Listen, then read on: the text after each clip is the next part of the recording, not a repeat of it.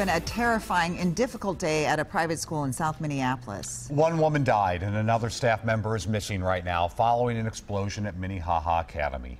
Moments before the blast, someone smelled gas and tried to get everyone out of the building.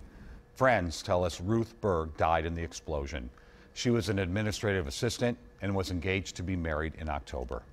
9 people in all were taken to the hospital, most with broken bones and head injuries from flying bricks and debris.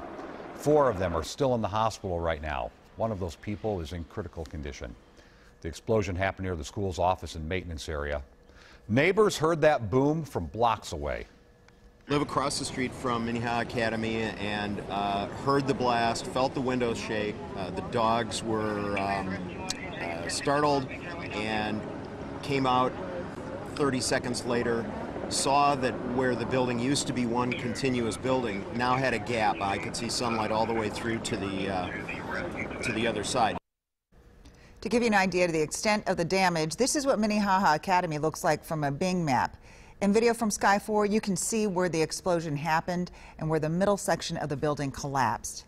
We've had several crews at the scene throughout the day talking with witnesses, school administrators, and city officials. We want to begin our team coverage this evening with Bill Hudson. Bill? An absolutely terrible, terrifying day here, Frank, for this neighborhood. People here, the residents say they felt this tremendous blast just before 10:30 this morning. Some, in fact, could smell the natural gas in the air when they looked over at the school. What they saw shocked them, a cloud of dust and piles of debris. Within seconds of the powerful explosion, residents poured onto sidewalks and front lawns, stunned at the burning pile of rubble that moments before was a century-old school. I was just sitting reading the paper and there was just a huge blast. Deborah Dillaway said it felt like an earthquake. I used to live in San Francisco and, you know, there are 2 types. One is just short and quick, you know, like a concussion, and the other is a long rumbling one. And this felt very much like, you know, the plates just shifting. Moments after rescuers pulled a critically injured man away from the debris, burning gas made it too dangerous to search for any more victims. We have been able to confirm that the collapse was caused by a gas explosion. Investigators confirm that gas work near the boiler was being done at the time. This is the city permit that was issued to HVAC contractor Master Mechanical out of Eagan. It may be where we can move it brick by brick, and maybe where we have to get in some heavy equipment to move some bigger slabs or bigger portions of the building. In all, 7 victims were rushed to the hospital. 3 are critically hurt. Just before 2 o'clock this afternoon, the terrible reality hit home. From behind blue tarps, firefighters pulled out the first victim from the still smoldering debris. Here. Now, as you might imagine, a number of Minnehaha Academy students have been walking by here all day, dozens of them coming up to us and asking questions. Now, they tell us that this building actually is a century old. It was built back in 1913, just recently celebrating its centennial, a sad day in so many, many ways, Frank. Indeed. Bill, thank you. In a statement, Master Mechanical says, "Our thoughts and prayers are with everyone involved in this tragedy, and especially with the families and loved ones of those who have died or who have been injured. We are forever grateful to those first responders and bystanders who came to the aid of all the injured, including our employees." Most of the students who were at Minnehaha Academy were in the lower and middle school for summer programs. Administrators tell us that all of the students were immediately accounted for after the evacuation. Many parents chose to pick up their children and bring them home. Minnehaha Academy is asking for the community's prayers. The school will gather tonight at 7 o'clock to pray for all those involved. The service will be held at Minnehaha Academy's lower and middle school.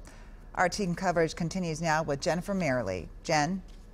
And Amelia, that will be a time for this community to come together tonight. The distress of the day is felt by people who have stood here and looked at this, but maybe none more so than people who escaped the building and for the loved ones of the victims. So many were inside Minnehaha Academy doing routine things, like visiting a school counselor when their lives changed. Somebody came in and said, "Hey, everybody out, we smell gas," and seconds after that, huge explosion. Philip Espinoza Day was inside with his wife and daughter. He had trouble finding the soon-to-be senior when the lights went out and dust filled the area.